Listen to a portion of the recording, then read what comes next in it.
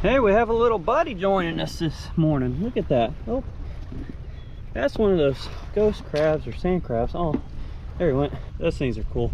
He was just chilling here, but I'm about to get on the end of these little rocks and I'm gonna throw this Vudu shrimp just with some 20-pound fluorocarbon leader on my Squall bait caster, 30-pound braid, and this is a Star Seagis rod. It's a 7-foot medium fast. And it's kind of still dark this morning. I don't know how the lighting is, but I have some Bama Saltwater hats. These are new and they are on the website. Pretty sweet. They are name brand Richardson hats and I absolutely love them. And that's enough talking. Let's make a cast out. So here we go. I do need to get on a little bit better rock. I'm just going to cast parallel this little corner.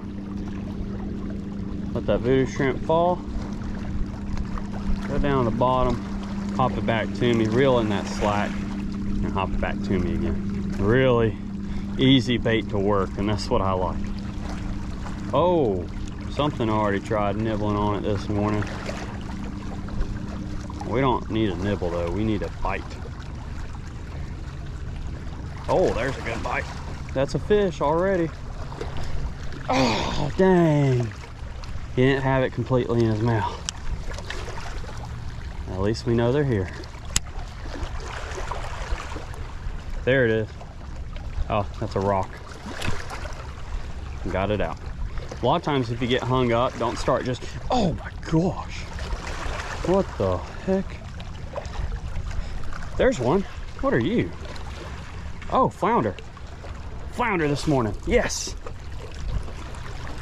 And I think it's gonna be a keeper. Let's get it over on these rocks. And this one makes the cut.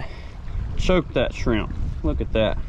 So I'm gonna get this stringer, which don't judge me on the color there. This is all I had at home this morning. And hey, no need to buy another one if I already have one.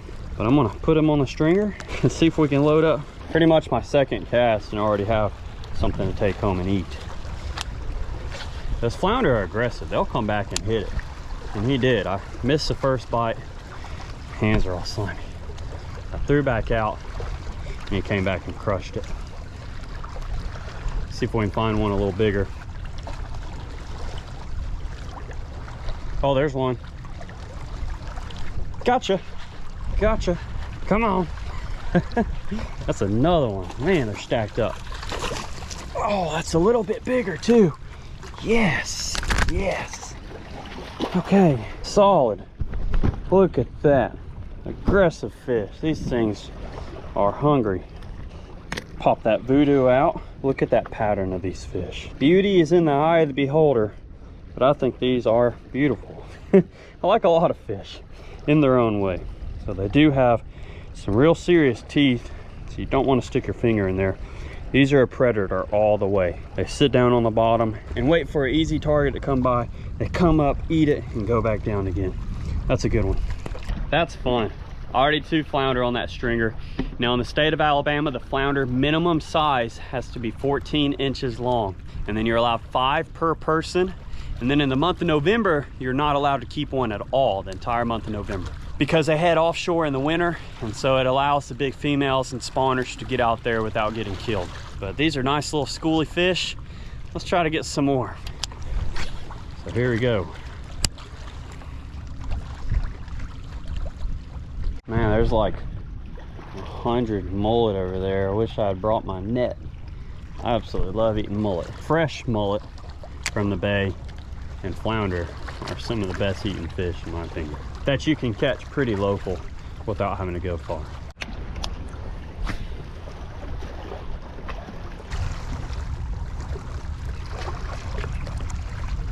Oh, there he is.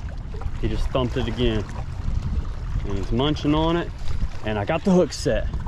Boom. That's all you need to do right there. And there's another keeper. Yes. Oh. Always give them a little bit of time to get that lure position right in their mouth and then stick them with that hook. But you want to make sure you get a nice hook set. And if you miss it, toss back out because they'll hit it again. So that's another legal one. We're gonna throw it on the stringer. 3 really nice flounder down there on my stringer. I'm gonna see if I can catch any more. There's a little bird over there. Those are the ones that make a lot of noise. They sound kind of funky. If you're ever fishing by a bunch of reeds and Spartina marsh and grass, those little birds, which I don't know if you can see them. That one looks like a younger green heron, but they make some funky noises. But they love this area because there's a little tidal pool where they can eat minnows that are trapped. And they just live a good life. Well, I'm extremely off balance right now, but we're gonna see if it's worth it.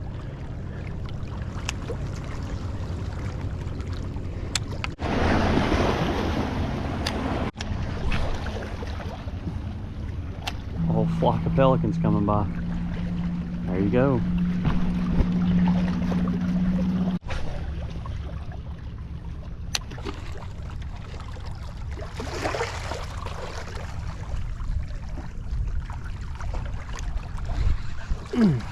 What is this?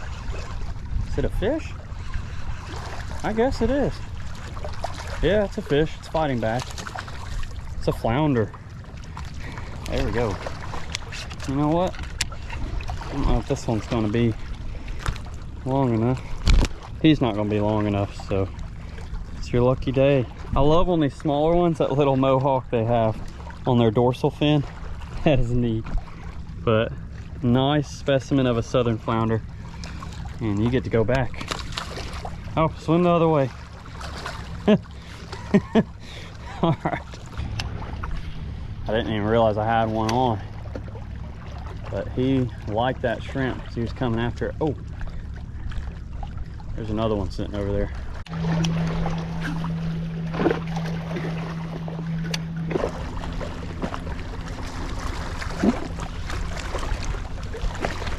Oh, yes. Thought I was hung up.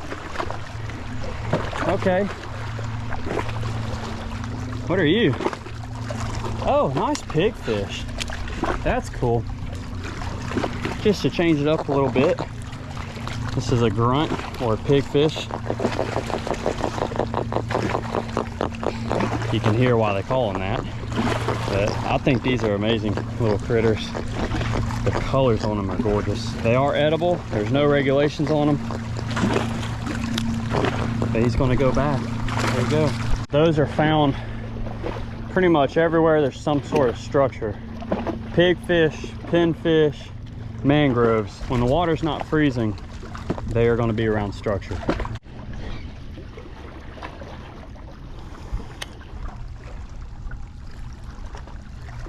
There's a nice little thump thump. And that's a flounder, and he let go. But I can throw back out there and get him a bite again.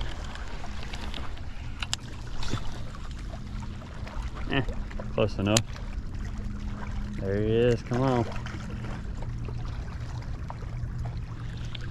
Gotcha.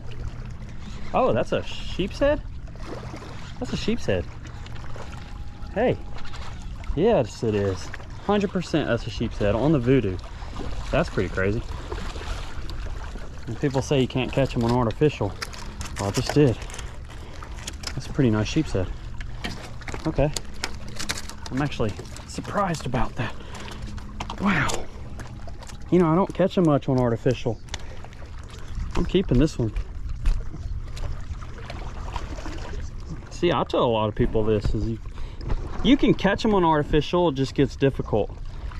But he fell for that shrimp. Look at them molars on that thing. That's awesome. They have to be 12 inches to the fork.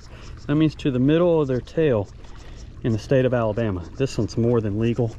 So he's gonna join our flounder on the stringer. That is actually a pretty surprising catch for me on a day like today, because I didn't expect to catch one on artificial shrimp. But thank you for biting my hook. Well, like I said, I'm impressed with that catch. That was pretty amazing.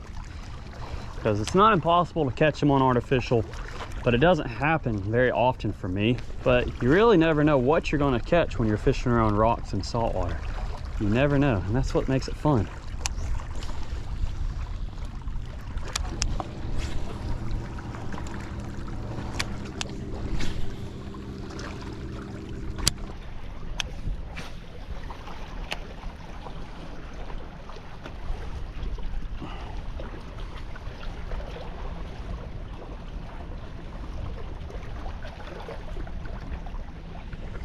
Gotcha.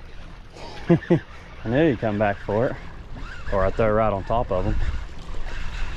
There he is. Oh, that's a good one. I mean, they're all good ones, but this one's a decent one. There we go. That's number 4. That'd be cool if I can get a limit. Which every time I say that out loud, I end up not ever catching another one the same day. I think they're stacked up here getting ready to move. Look at his tail. His tail's all messed up. That's interesting. Look at the bottom of them.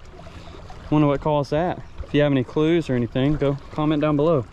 This is a nice, legal southern flounder. It's amazing what you can catch with a piece of rubber, plastic, lead, and a little bit of metal hook. It's pretty neat. I'm allowed one more flounder.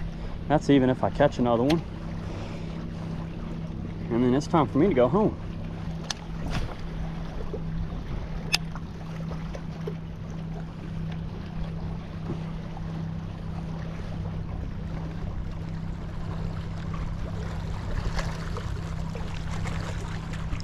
Oh, yeah, there's another one. Gotcha. Yeah, I love saying that because it's so satisfying when you set that hook and it actually has a fish on the end of the line. So that's my last flounder of the day. He's trying to get away. Oh, he's fighting good. All right, and that's a limit. Sweet. That's the bigger one of the day too. Look at that mouth. Wow. See, they aggressive fish, ambush predator. That's a limit right there. 5 in the state of Alabama, and it's time for me to go. That right there, y'all, is an epic morning of fishing. Have a one-man limit of flounder, and then I managed that bonus sheep's head. I don't like keeping a lot of limits, but with flounder, I absolutely love them. They taste good, they don't go to waste, and sheep's head as well are very good. This doesn't happen all the time. I have a lot of bad days of fishing, but these type of days make up for those bad days. I do just want to show you one more time what I was using. I was using a 3 1/4 inch Vudu shrimp. It's a pre-rigged bait. You buy it just like that. It comes 2 in a pack. They seem to work really well, and you don't go through them nearly as much as you do live shrimp. And my leader was 20-pound fluorocarbon. I did a Palomar knot because we are around a bunch of rocks, and if I got hung up, Palomar is doubled up, so it's a little bit stronger. And then a double uni coming to my main line. My main line on my bait caster is 30-pound braid, which you may say, hey, why are you using a light leader with heavy braid? It's because if you use a light braid on bait caster, it's going to dig into itself really bad. And this is a Penn Squall bait casting reel and a Star Seagis 7-foot medium power fast action rod. So I have my flounder here at the cleaning table, and I'm going to show you a couple ways that you can fillet or clean these fish, just the ways I do it. Everyone has different techniques, and if you have a way that works for you, stick with that. But I always like learning new stuff. So I'm just going to take my 7-inch sword fillet. I'm going to show you the easiest way just to fillet them out. Just like any other fish, you're going to do that diagonal cut.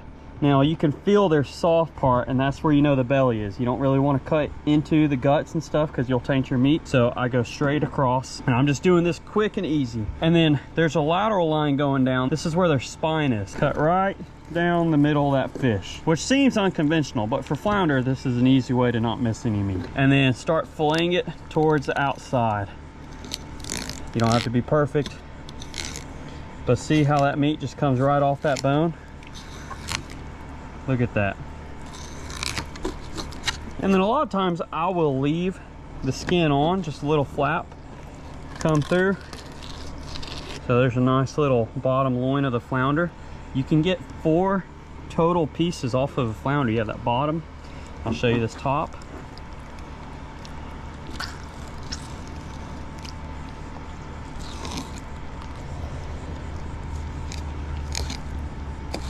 See, and there's another piece of fillet. But this is just from the top side, the dark side of that flounder. And you aren't done. They have a whole nother side that you can repeat and do that same process on. They won't be as thick as the top side, but you still will pull off meat. Just do the exact same thing, but on this bottom side. You want to make a diagonal cut, just feel that soft part, and that's its stomach cavity. So you don't want to cut into that as best you can. So you make that nice diagonal cut.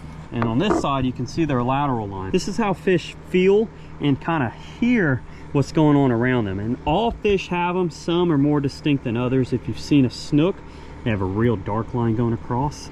Largemouth bass, and then some others have a faint one.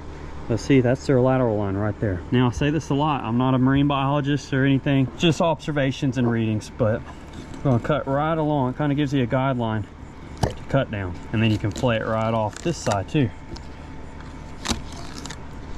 Good sharp knife helps. So there we go. And this is our last piece of fillet on this one. So just follow that bone down. Just be careful not to cut yourself. It don't take much to slice through your finger. So just like I did on the other side, and de-skin it. There we go. And this was a medium-sized flounder. You know, it's not a giant or a doormat. You do have some belly meat if you want some, and on bigger ones there is plenty of cheek meat. This one here you'd barely get anything out of. But there is a filleted up flounder with 4 pieces. Then you have the bones that you can see through. So no missed meat. That's crab trap bait. Now I'm going to show you how I like to debone them if you want to prepare them for stuffing. So like I said earlier, everybody has their own technique of doing things. This is just my way it seems to work, so I continue to do it. And since we're leaving this fish whole to stuff it, I'm going to scale it. You can use a spoon, you can use the back of your fillet knife. So I'm just going to scale this fish. It don't take much. You want to make sure you get all of them off. So once you do the top, don't forget there are scales on the bottom. They're smaller and a little tougher, so, but you still want to make sure you get them off. Now to debone this fish, I like to have a pair of scissors, some real nice kitchen shears. This just makes life a little easier. And then my fillet knife. I finished scaling it. Now we're going to find where the belly is. So we're going to cut around that, and we're going to cut this head off.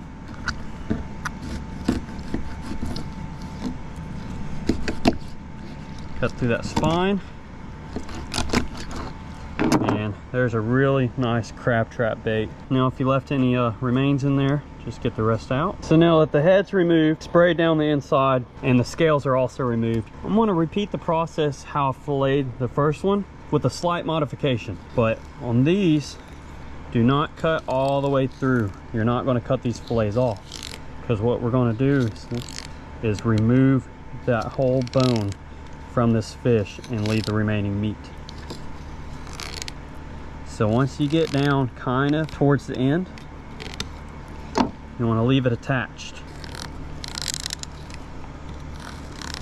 Okay, so see how I filleted it out, but I didn't detach it from the fish itself. Now we're going to fold that back up, flip it over, and do that exact same thing. Don't remove the fillets off the fish. They have a pretty cool bone structure. It's almost layered. Now look at that. There's no meat left on those bones. You can see through it. And this is where the scissors come in handy. So you're going to take your scissors and trim right through to cut this bone out. You want to get as close as you can without cutting your fillets all the way off. So get up to the tail. Do the same thing on this side.